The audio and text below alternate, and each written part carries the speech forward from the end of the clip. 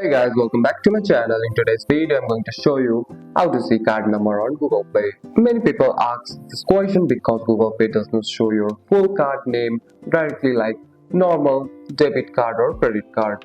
You can still view the virtual card number safely. First, open the Google Pay app on your phone and make sure you're logged into your Google account. On the home screen, tap on the payment method on the card. You will see a list of all cards added to Google Pay. Now look for the option that tells you the card details or see virtual card number.